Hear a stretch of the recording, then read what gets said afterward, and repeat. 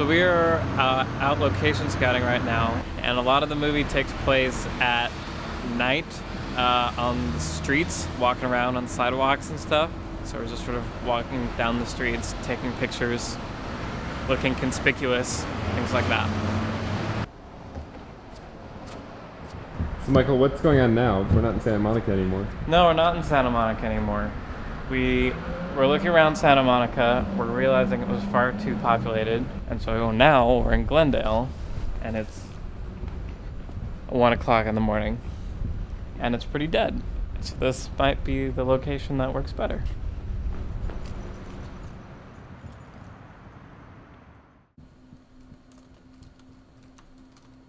We've shot for like 5 days straight, I think. We shot almost half of the movie. Each night of shooting has begun at about 7 p.m. and ends at about 6 a.m. when there's just no more nighttime left. So everything looks really, really good. It's just been a lot of really stressful, tiresome nights. Everyone's been doing their best to stay awake and be alive. 17 cookie. We'll take one.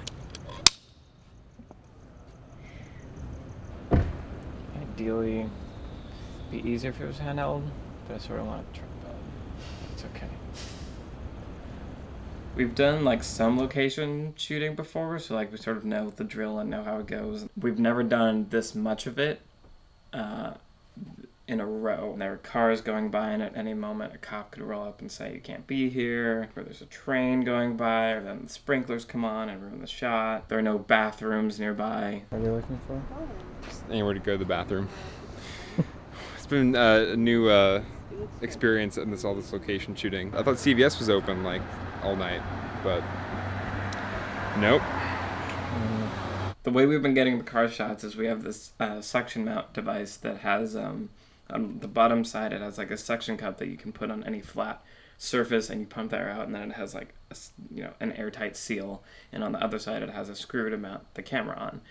So it's really cool. It makes the production value go up a lot, and it's just a very simple, relatively cheap device. And it's always terrifying because you're placing your expensive camera and your expensive lenses on this thing that's on the hood of a car, on the side of a car. But in the 10 years that I've had it, I've never had any problems with it. Safe enough. Feel pretty good about it. We got a safety second going on. And it's not my camera, but it's a good looking shot, so it's worth it. Camera speeds.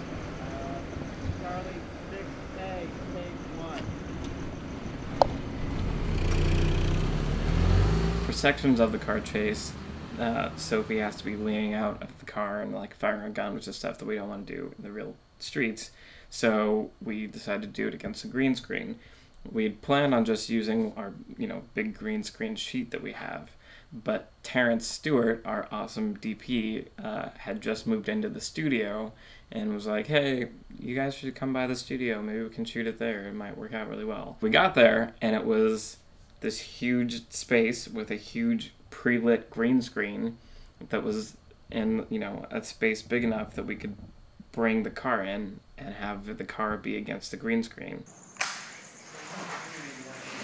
Huh? See, I'll do what Angelina Jolie did. She speared with her foot. She's crazy. There was a bunch of equipment there, so we had C-stands and the black board to cover up and stop the reflections, which is all really good because in order to fake driving in a car, you have to simulate street lights going by and different lights passing by. We had 3 or 4 lights set up with blue gels on them to make it look like the street lights, and they would we would have Greg on one fading it up and fading it down, and then Terrence would be adjusting another one, and then David Sims was there, and he had an entire RE light in his hands and would pass it by the car as if it were the street light passing by. And so all of that combined with having the fans on Sophie blowing her very heavy hair in the wind amounted to, hopefully, all the right elements to make it convincing when we composite Sophie into the real car elements that we have yet to shoot. So we're going to shoot the first 2/3 by August 11th, which is when Sophie leaves.